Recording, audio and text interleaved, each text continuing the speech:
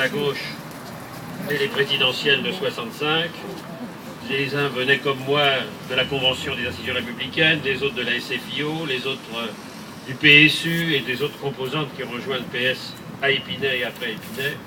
Et puis cette génération Mitterrand qui a assuré sa réélection en 1988. Et puis je salue aussi d'autres élus et partenaires, d'autres composantes de la gauche républicaine. Et je me souviens de cette phrase de Mitterrand qui me dit une fois en France, la classe ouvrière n'est pas majoritaire. Pour gagner l'élection, c'est la bourgeoisie dreyfusarde qui fait la différence. Je crois que c'est important de le rappeler.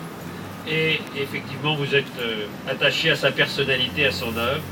15 ans après sa mort, avec le recul de l'histoire, de nombreux ouvrages, témoignages et même films remarquables avec Michel Bouquet nous permettent de revivre cette période au cours de laquelle il a dirigé la France.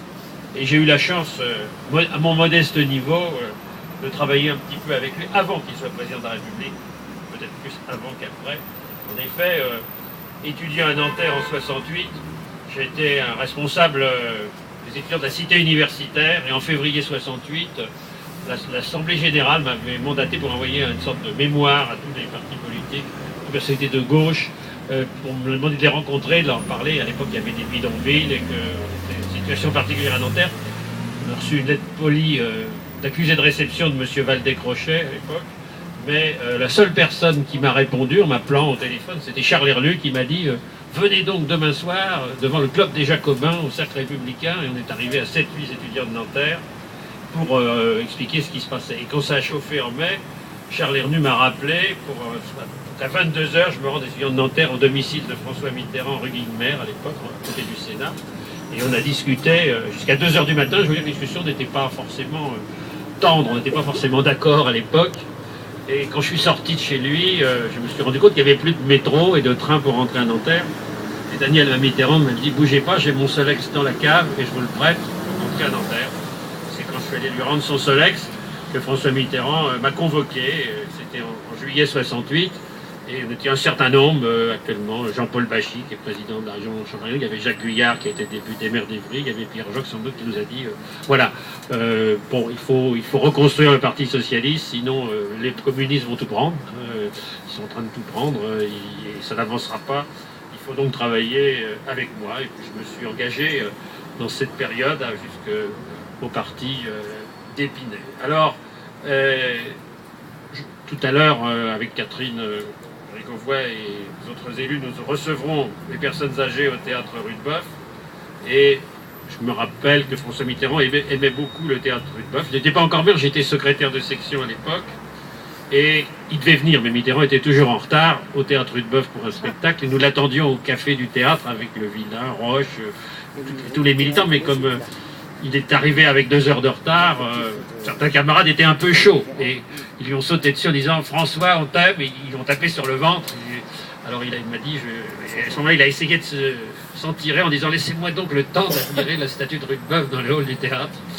Et puis, effectivement, la dernière fois que je l'ai vu, 2 mois avant sa mort, il m'a dit « Mais Catoire, est-ce que vous avez bien laissé la statue de Rudebeuf dans le théâtre ? Il ne faut pas y toucher ». Voilà, ça c'était François Mitterrand. Il est revenu à plusieurs reprises à Clichy, notamment avec Ségolène Royal qui était à son cabinet pour inaugurer, il y a toujours un film d'ailleurs, où on joue avec Ségolène Royal au baby-foot avec Jean-Luc Lahaye, il y a un film qui le montre.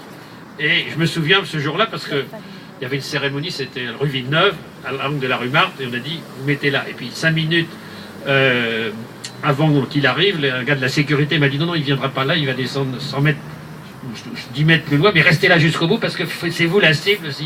Faut pas, il y avait des tireurs sur les toits, mais vous déplacerez au dernier moment, la voiture n'arrivera pas là. Et puis j'ai eu l'occasion de marier en juillet 61 un de ses officiers de sécurité, Alain Corbion, qui habite toujours Clichy, qui est maintenant permanent pour les commissaires de police de l'UNSA Police. Et il épousait la fille de l'ambassadeur de Finlande, qui était témoin, l'autre témoin. Donc François Mitterrand, témoin du mariage, et je lui racontais que c'est la 2e fois qu'il y avait un chef d'État qui était témoin d'un mariage à Clichy, puisque Germanter, roi des Bretons, était témoin du mariage de Dagobert, qui est d'ailleurs le vitrail de l'église, donc j'étais beaucoup intéressé à l'époque. Et ce jour-là, je lui ai fait un cadeau, un livre que j'avais trouvé chez un bouquiniste, qui s'appelle aux éditions Flammarion Petit Pierre sera socialiste, qui était un catéchisme socialiste et qui expliquait, d'ailleurs, je m'en excuse d'autres, mais que le Tour de France de deux enfants avait été une propagande pour le parti radical et qu'il était temps de changer, d'en faire un pour les socialistes. Et je vais faire ce livre où tout était expliqué, la proportionnelle, les courants, enfin déjà l'international socialiste. Et je dois dire qu'il a toujours suivi Clichy jusqu'au bout, puisque au moment de l'affaire Schuller-Maréchal, c'est Roland Dumas, même rendre hommage, qui a eu l'idée de dire il faut convoquer le Conseil supérieur de la magistrature. On est allé le voir ensemble dans son bureau, il n'était pas d'accord. Et l'après-midi, on apprenait par la radio qu'il avait convoqué Balladur dans cette affaire. Donc il suivait les affaires concernant le dessaisissement du juge Alphen. Et j'ai expliqué une fois à Éric Alphen, c'est à Roland Dumas qui devait cette initiative. On va me dire de l'enthousiasmer beaucoup, mais c'est comme ça. Et donc beaucoup de souvenirs. Et puis, je dois dire que le jour de sa mort, je me suis rendu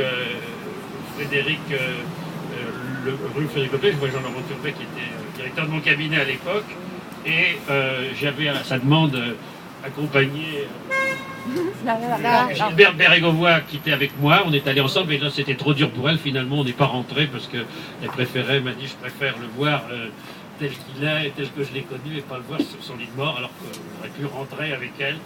Donc on est resté en bas. Et je crois que Clichy est une ville fière de son identité, qu'il y a des rues qui portent le nom de Jean Jaurès, de Léon Blum, de Roger Salingro, de Pierre Mendès France, de Salvatore Allende, de Sangor, au niveau de Charles et René Auffray, de Georges Le Villain. Nous inaugurerons bientôt le centre administratif Gaston Defferre avec Edmond Charleroux.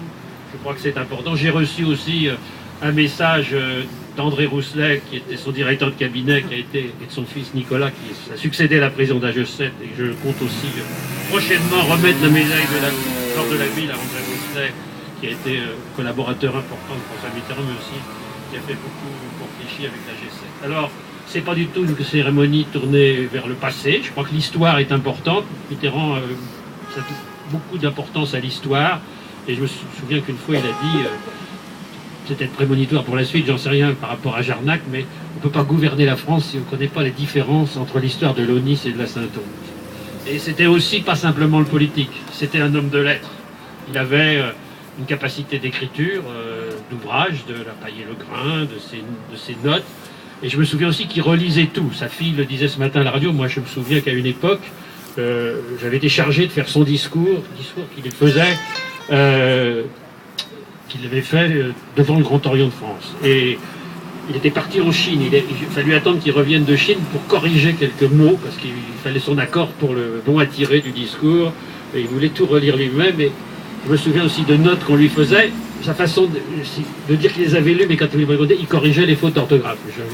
J'ai chez moi 2-3 notes que j'ai faites avec des fautes d'orthographe et des petits mots soulignés de Mitterrand, mais il était comme ça, très méticuleux sur le détail, et je crois qu'il y a une grande bibliothèque qui porte son nom.